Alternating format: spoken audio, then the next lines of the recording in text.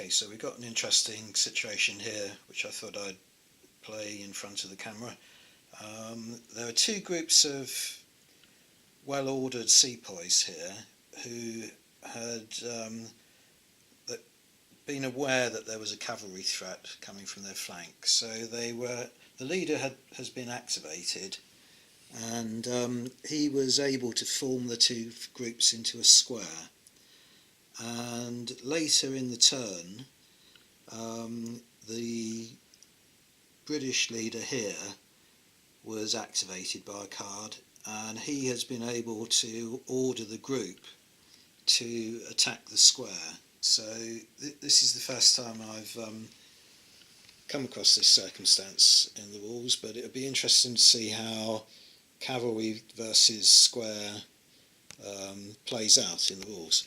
And the first thing that struck me is that it says that the group that is contacted fights, and the other groups, the group or groups that are contacted fight, and the other group or groups that aren't contacted act as support in the square. Now, when you've got two groups like this, it does mean that you have to kind of remember when the square is formed up, which figures belong to which group. Because there are 8 figures per group, but is that the 8 figures that are on this half or on that half? I can't remember. And you could face those 2 figures or 4 figures on this side in a number of ways. I mean, that could be that figure could be facing that way, meaning it's slightly more evident that that is the group. So you do have to kind of keep track of it in your mind. So that's my first thought on the subject, but let's play out this fight now, see how it goes. Right, so I'm going to say that one group has been contacted and the other is in support. And the group that is contacted are line troops with over 50% strength. They're in full strength, so that gives them 6 dice.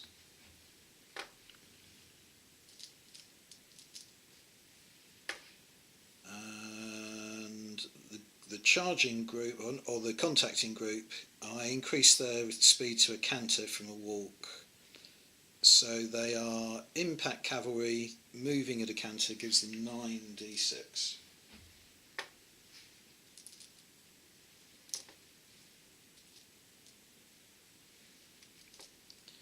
And because they're impact cavalry and the well-ordered sepoys are conscripts and volunteers, that means that the impact cavalry are 2 troop quality types higher than the mutineers. Right, so for each leader attached to a group fighting, so again that's a bit obscure for the mutineers, but I'll say their leader is attached. He's a status 2, so that gives 2 dice to the mutineers, and the British is the status 3, that gives them 3 dice. I haven't got any command cards to use to add zeal, but again that's a case in point where I feel that command cards are much better spent on raising the initiative of the leader of the group rather than just spending them as individual cards to add 1d6. For each quality level higher, you add 2d6 per group, so they're 2 quality levels higher. So that gives them another 4 dice to the British.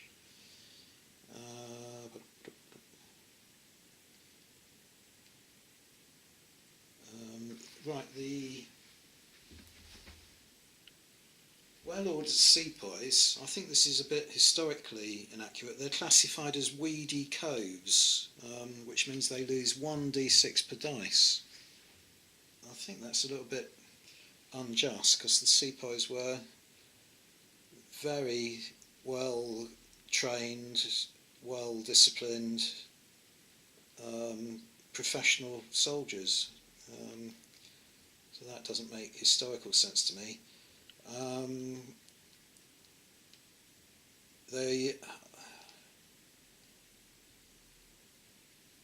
are loaded, but they're not presented. They haven't presented their muskets, so that doesn't help them. There is a bonus for that. For each supporting group with more than 50% strength, they get 3d6, so the mutineers get 3d6 back.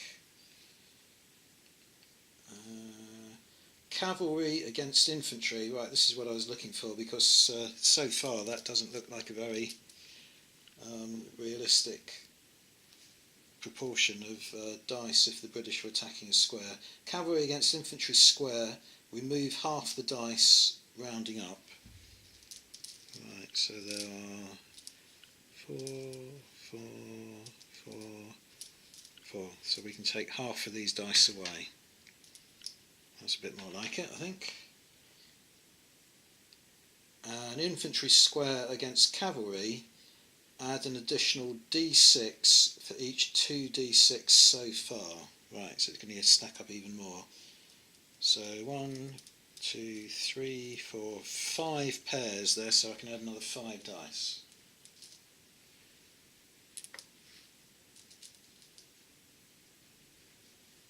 And that's all the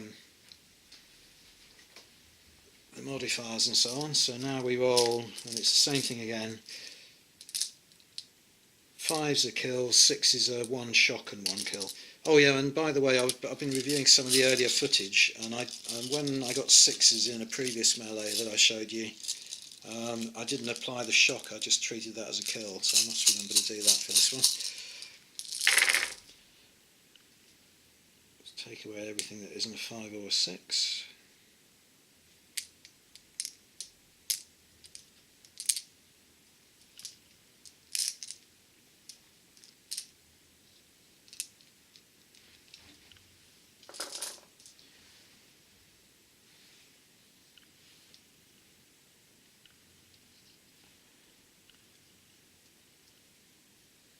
Right, well, it's a completely balanced draw. So there are 4 shock on each side and 2 kills on each side. Okay, so I've removed 2 figures, one from each group from the mutineers, so there are 2 dead figures there, and I've removed 2 figures dead from the British. And the shock, all 4 points of shock go on 1 unit for the British, but they're divided equally between the 2 groups in the mutineers. Now, when a melee is drawn in terms of the number of dead, so you immediately refight another round of melee. However, the British would have been obliged to withdraw had the shock exceeded the number of figures, and it doesn't quite, because you do actually include the leader figure when you're calculating whether you've got excess shock, and there are 4 figures and 4 elements of shock, 4 points of shock, so we do refight another round of melee, only the British will now be rolling less dice because they are now at 50 or below 50% strength. They're only, for that you don't count the leader. So they started off as a unit of 8 and they now only have 3 figures. And before I forget, there's a chance that the British leader was wounded because his group took 2 killed. So if I roll less than that on a d6, he's wounded. So if I roll a 1, he's wounded. No, he's fine. So now we have another round of melee.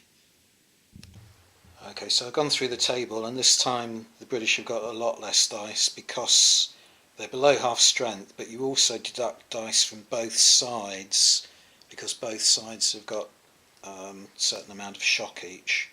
So this is how the roll is going to end up. It's heavily weighted in favour of the mutineers. So again, it's 5's kill, 6's kill, and add 1 element of shock.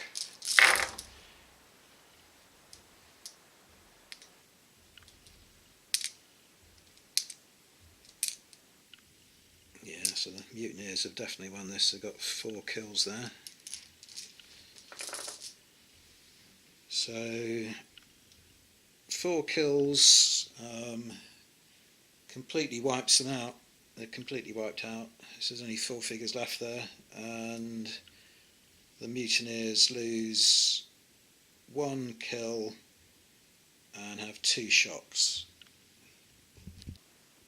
And before I start removing figures, then, this is another part of the rules which I don't think is covered in the rules, that I'm going to remove a figure lost from the sepoys. That's fine, and I put their shock. They had 2 shocks. I put each group up to 3 from 2. Fine. The whole of the British unit has been wiped out because they took 4 casualties. Again, I can cope with that. But when a leader is killed, I did mention this earlier, there's a possibility that he can be replaced on the table. So you leave the card in the deck. The next time it's played, in the next turn, if it's turned up, you ignore that, and then the turn after that you can dice to see whether another leader replaces him on the table.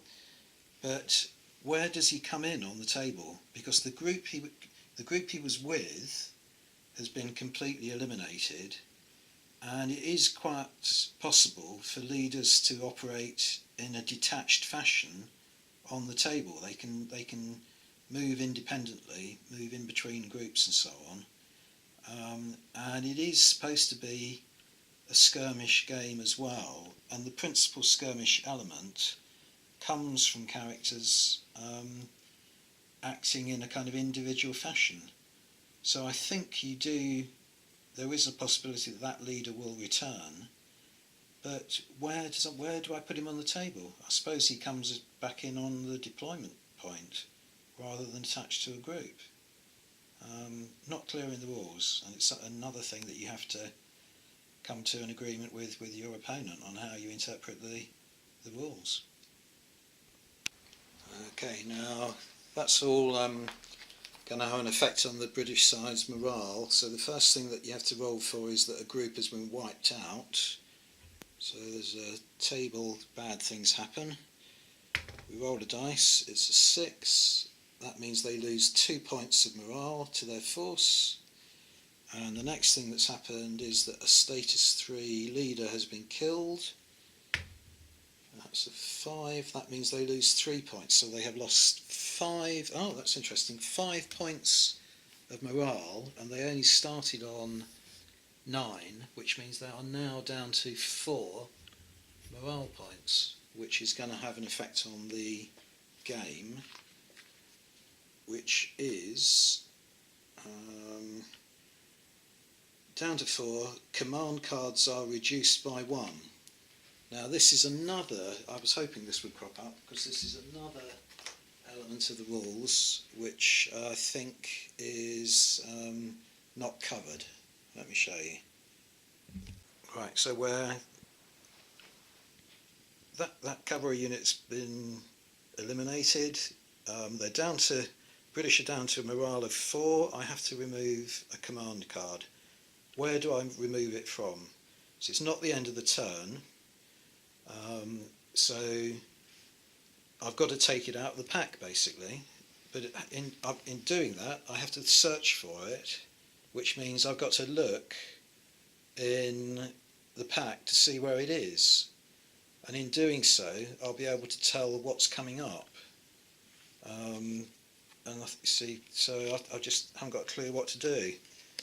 I think what I'll do, when I've found the first command card, the first red command card, there we go, take that out of the pack, and then I'm going to keep the turn going but reshuffle this part of the deck rather than call it the end of the turn. But that is definitely, I did anticipate this happening, and I'm glad it's happened in front of camera, and it's another element of the rules that isn't covered. Okay, now I want to show you something else that's now cropped up.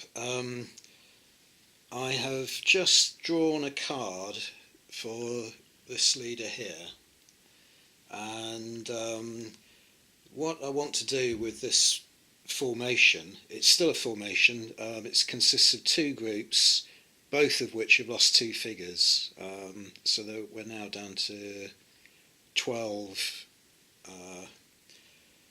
figures rather than 16 that were there originally, and they've been taking fire from these skirmishers, and they now want to fire back. It's the first time they've fired, and these sepoys have the ability to control their fire, but only for the first time they fire.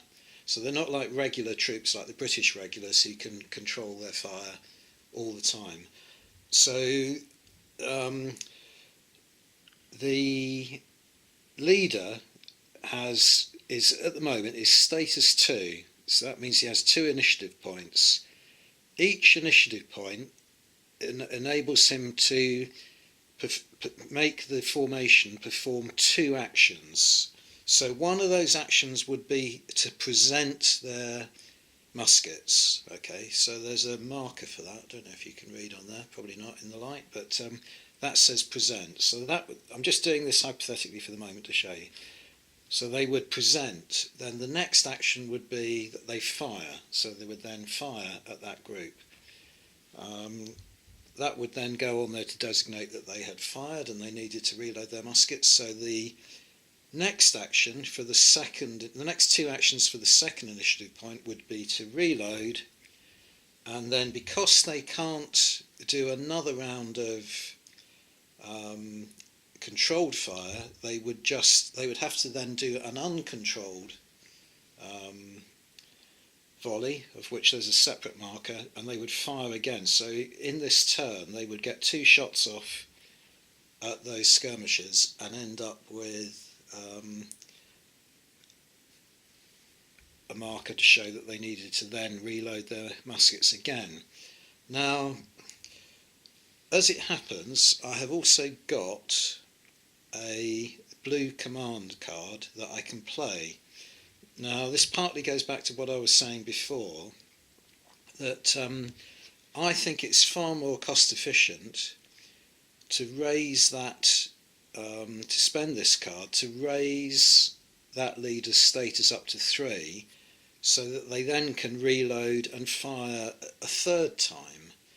But there is an opportunity as well, which is not as cost efficient as far as I can see, to use that card to direct the fire of, so this leader can direct the fire of the formation. But that doesn't give you as much in the way of firepower, and also there are 2 conflicting paragraphs in the book which give you a different version. So on one page, under command and control, it says a leader can use initiative to do the following. Oh, right, okay, yeah, I take that back. It's using initiative rather than a command card. So if he were to use that command card, there's another paragraph that says any number of command cards may be used by a leader to direct the fire of a group or formation to which he is attached. For each command card used, add 1d6 to the total number of firing dice. So again, I come back to that point. What is the point of spending that on directing the fire and getting one extra dice when you can get a whole entire volley, which would be 12 dice, by raising his initiative? It just doesn't seem to make sense to me. And as I was just saying on that previous one, he can use one of his command initiatives to direct the fire, and that would give him 1d6 for each level of his status. So if he was still status 2, that would still only give him 2 extra dice by spending that initiative. So surely he's better off spending his initiative provoking another round of fire. I really think I must have this wrong. I must have misunderstood this. And maybe it is only possible to do one action involving firing per turn, possibly, but the rules don't read like that at all. It's very vague. So I'm going to carry on doing it the way I might be mistaken in, and I'm going to raise his initiative up to 3, and then we're going to have several rounds of fire. So I won't show you the dice rolling for that, I'll just show the effect afterwards. Right, well that was pretty ineffective. They got off 3 volleys, one of which was controlled and then the last 2 uncontrolled. And it's long range for muskets, and because of that they needed, on the uncontrolled volleys they needed 6s to hit, on the controlled volley they needed 4, 5s and 6s to hit. And then because they're firing at skirmishers, you go up 1 level of cover, so although the skirmishers, the target is in the open, they count as being in soft cover, for which you needed 6s to hit on all those, 6s to kill on all those hits, and they got no kills, and in fact they've only got 3 shock on them, so that's from 3 volleys, which is pretty ineffective, I would think. Maybe not, maybe it's realistic. But now what's happened is that the sepoys are currently unloaded, so which is why they've got that marker on there, and they've also got an uncontrolled firing marker on them, which means that in order to stop them shooting now, you have to roll a dice to take this marker off, otherwise they just keep firing. On the next time the unit is activated, they will just keep firing and firing until they successfully roll to stop. So, on with the game. So I just thought I'd show you where we are at the end of that turn. The Tiffin card's just come up. So the skirmishers did get a round in on the line that's firing at them, so there's been an exchange of fire. All they managed to do was inflict 1 extra shock point on the formation, so I put that one up to 2. And these groups here have been able to move slightly. This group only rolled 2 1s, so they only moved 2 inches. And then I was able to use a command card that I had outstanding at the end to bring this entire line, because a command card allows you to perform 2 actions on a formation or a group, so you can see how effective it is to group groups into a formation, because all those figures,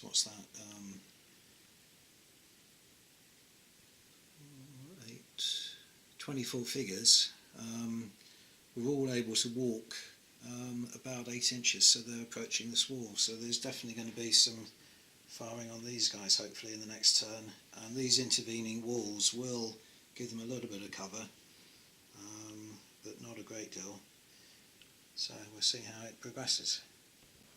And this has been a very short turn because the Tiffin card came up as the second card. Had it been the first card, it would have been the end of a chapter, so all I managed to do in that turn was to move lead of 4, which is this Indian lead of 4, which is this group here, and they ran from there to there, and that's as far as they got, even running, and running gives them 1 shock, which will now have to be rallied off in the next turn. But it's a strange kind of quirkiness to these rules, because that means in that turn everything was completely immobile, inactive, apart from 1 group which sort of magically managed to move across that distance, and no command cards out or anything like that to give you any opportunity to do anything with any of the inactivated units. So it's really just a bonus move for that group.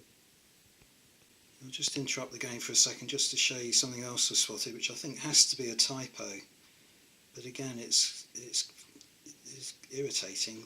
I wanted, just occurred to me, I was wondering what effect on the game these big chopper weapons have. because one of my units is bad mashers with big choppers, and when you look it up in the index, which conveniently is right beside us here, big choppers is only reference to big choppers is on page 115, so it only applies to mutineer forces, nothing else. This is page 115, and it says big choppers. These troops have no ranged fire capability, but are very aggressive and well versed in close combat. In the first round of fisticuffs, they fight as clan rather than wallers. Now that immediately struck me as puzzling, because bad mashers with big choppers, their type is conscripts and volunteers. I think that's a typo, because the bad mashers on their own are wallers. So I think this is supposed to be wallers and not conscripts and volunteers, and it's annoying. I find this annoying, because presumably then, if they are wallers, there should be 12 of them and not 8. So the two things combined, it's clearly not been checked, not been play tested properly, and it'll be on an errata somewhere, but there's just, I'm finding there's too much of this in this book. I mean, it's partly me not understanding things, I'm sure, but there is a lot that I can't see where I'm getting it wrong, and this kind of thing is cropping up. But because I haven't got 12 figures, I'm going to have to stick to 8, but I think I will, when the occasion arises, I think I will call them wallers rather than conscripts and volunteers. Right, so this leader here, who is the senior leader in this formation, we decided, has just been activated. So he ordered this entire formation to perform a controlled volley on the square, and in the first volley they absolutely decimated the square. Each group in it lost 3 figures and acquired 2 points of shock. So both groups now have more shock than figures. Oh, actually that one doesn't, that has, because that one's got the leader. So I was going to say I moved them both back 1 inch as a result, but those guys don't actually withdraw, but they do end up not being in formation any longer, and this group here withdrew and again is no longer a formation, as a group. And as a result of that, the force morale went down by 1. I rolled for that, so they are now on 6. So mutineers are on 6 and the British on 4. And there's still, because he is a status 3, he's still got 2 initiatives. So I'll work out what to do with those. Right, so each initiative enables you to do 2 actions. So the first action was that they moved, or walked rather, or the first 2 actions they walked. So for the next action, which is coming out of the second of the 2 initiatives, I'm going to reload, and then the next action is to present arms so that when they're activated in the next turn they can then fire in this direction here and hopefully decimate these guys here. Okay, now we got to the end of another turn. The tipping card came up and we got an interesting situation, because that formation there are standing with their muskets presented, ready to fire, and this group here have been able to move quite a long way, just to the walk. So they're kind of rapidly approaching them. So it'd be interesting to see who gets to activate first next turn, because this formation, British regulars have an attribute called thin red line, which allows them to fire a volley and then charge. Or alternatively, if these guys activate first and get into fisticuffs with them, they're still going to have an advantage from having loaded muskets and being at the ready. So I don't hold out much hope for this group here. And over here, the only other thing that's happened is that this group of badmashers have managed to get quite close, so there's probably going to be a melee or some kind of fight between these two groups here in the next turn as well. So it's quite an interesting game, despite all my moaning about the wording of the rules. I'm quite enjoying it. Right, well, the Tiffin card has come up first, and that signifies the end of a chapter. Not the end of the game, but the end of a chapter, which is different than the end of a turn. So when a chapter ends, any unloaded groups of formations will automatically reload unless limbered artillery. So we can take all these red markers off, only a couple of them. What else? Any troops who require fresh ammunition, that doesn't count. Any troops or leaders who require water, no, we haven't had any random events actually. Any broken troops with double their number or more in shock, no, aren't any of those. Buildings on fire, collapse, tests for replacement leaders. Right, now the only one I've got to do for that is that British leader, if you remember, who was killed in the fight against the square, so I'll do that in a second. Wounded leaders, or the ones that are knocked over, recover, and deployment points that are captured are not recovered. Right, so it's just testing for the leader. I rolled a 6 in the test, which means that the leader comes back on, and as I say, it's not clear in the rules whether he rejoins the unit of the leader he is replacing or he goes on at the deployment zone, and as there isn't a unit left, that unit was wiped out. I've put him on the deployment zone, and he'll have to move independently for the time being. Right, well, virtually straight away in the next turn, the Sepoy rabble have been activated, so they've charged home. They're going to get slaughtered because they're fighting a formation. 2 groups, I reckon, are engaged, and this other group are in support.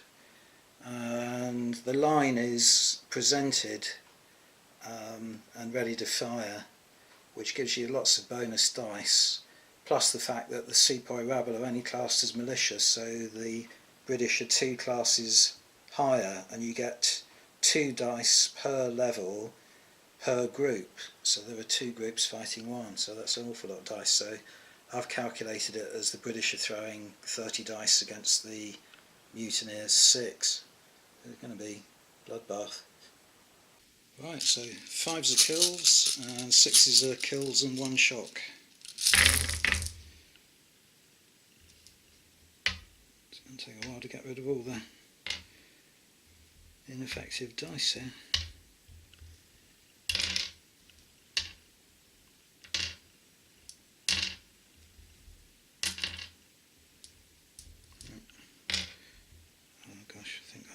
Over.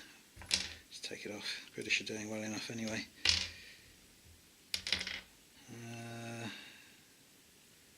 Right, so 1, 2, 3, 4, 5, 6, 7 kills against 2.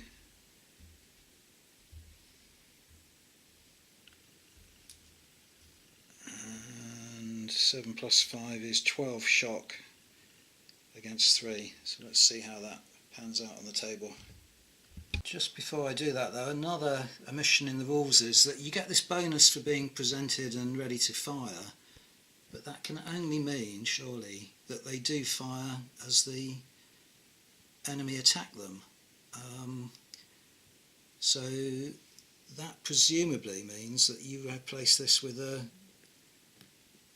an unloaded marker, but there's no mention of that in the rules. Again, I think that's another omission. Right, so this is another advantage of the formation, because the 3 shock points can be split, or are split, evenly between the 3 groups. So each group has only got 1 shock on it. The attacking Sepoys had lost by something like 5, I think, so they were forced to withdraw 18 inches, which is way back here, with their backs to the enemy. There were 7 casualties on them, and the leader is dead or wounded if he rolled a 6, and in fact he rolled if he rolls anything other than 7, which is impossible. So you can, a 1 is always a fail and a 6 is always a success, so he failed the roll. I did roll.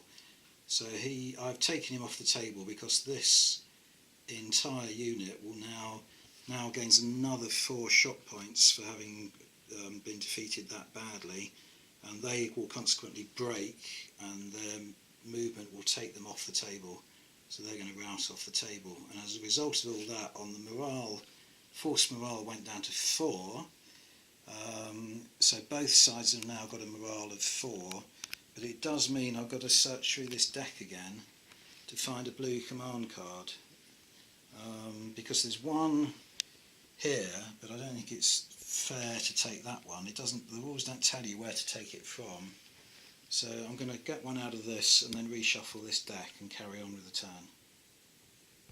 Right, these loyal native infantry have just attacked these bad mashers with big choppers, and it was a dangerous thing to do because that big chopper ability does give these guys a lot of dice, so the dice were seriously in favour of the mutineers, but in fact what happened, the outcome of it, the mutineers rolled really badly. They only managed to inflict 2 shock on the loyal natives, whereas one of these bad mashers was killed and 3 shock were applied, so that meant that these chaps were obliged to withdraw 1 inch, so that was quite an interesting turnout. And from now on they fight as wallers rather than clan, which is the lowest sort of quality of troop type. Right, what's happened now is that the mutineer formation that was here had managed to move up to about here in the hope of in the next turn getting the first shot in against this line, and unfortunately for them this leader was activated very early on, and the line just completely blew away the formation. It inflicted masses of casualties on them and they broke and ran. So now I'm going to say it's the end of the game because the mutineers don't have a chance. Their force morale is down to 2, and they only have one sort of coherent group even on the table now. None of these groups, while they've got shock, and they've got tons of shock, can form up. They can only make a formation when there's no shock on them. So the British have well and truly won. So I want to kind of like say a few concluding things about the rules. I know I've been moaning a bit about the obscure wording and so on, but I think they are a good set of rules. They've set themselves a high bar by trying to merge together a skirmish game and a conventional war game, and that's never going to be easy to do.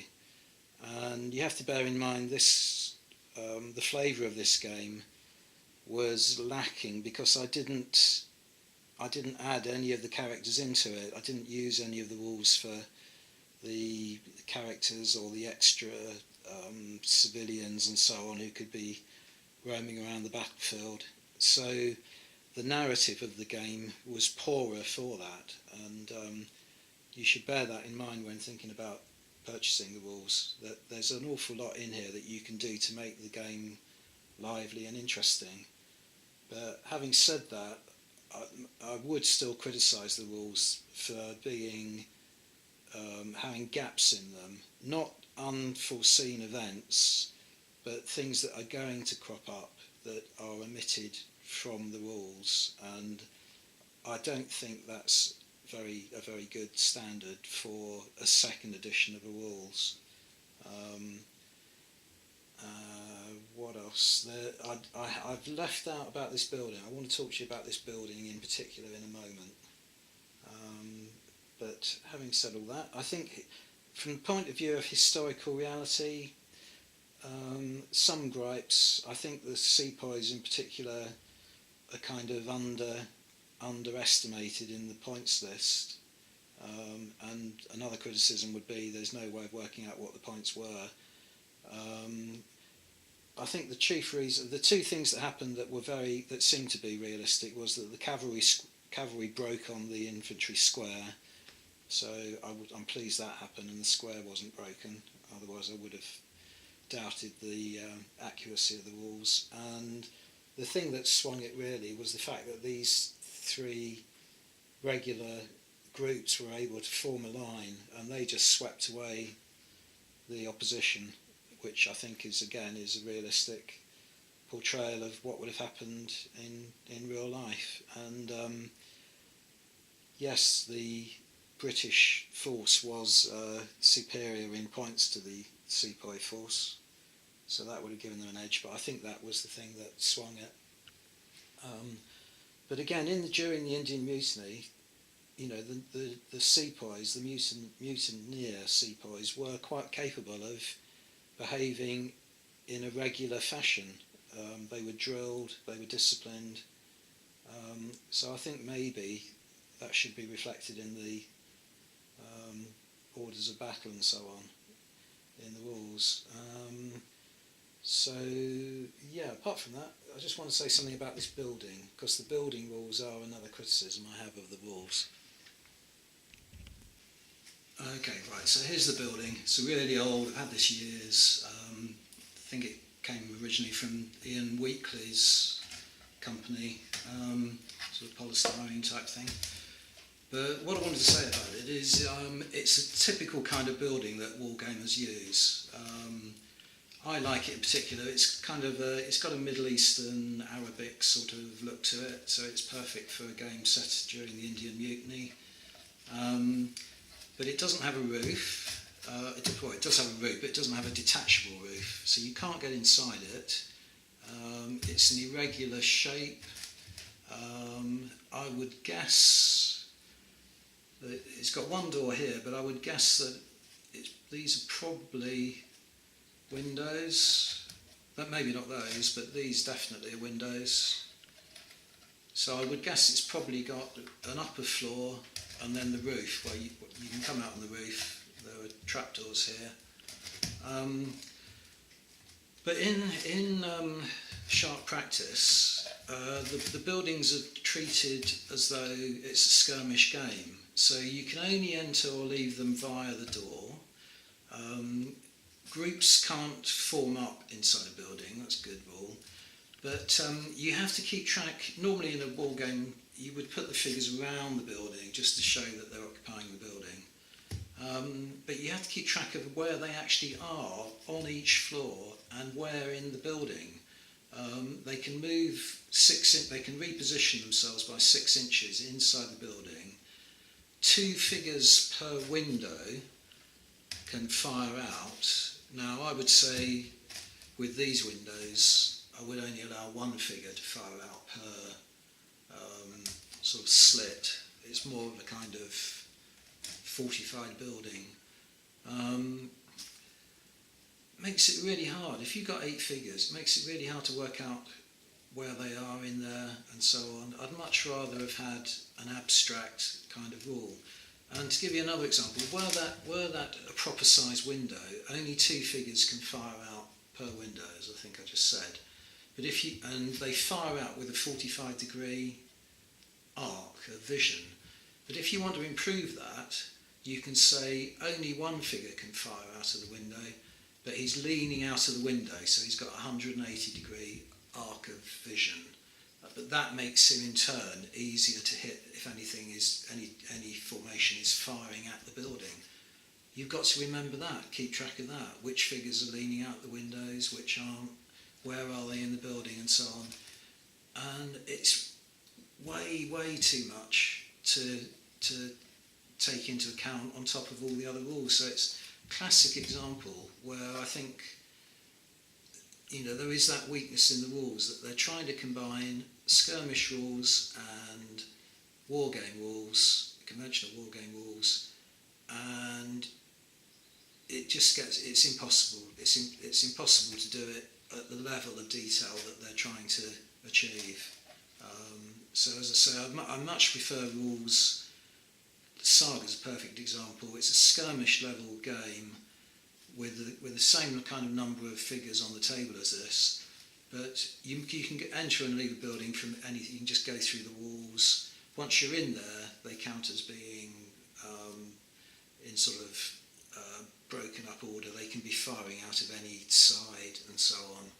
In fact, what Saga does is it says that once a unit is inside a building, the building itself becomes the unit, and that works brilliantly. So I suspect a lot of people who play sharp practice will ignore a lot of the rules about buildings and make up their own house rules for it. So that's it. That's the end of my assessment of the rules and my quick demo game. Hope you've enjoyed it, and I'll see you on the next video. Bye for now.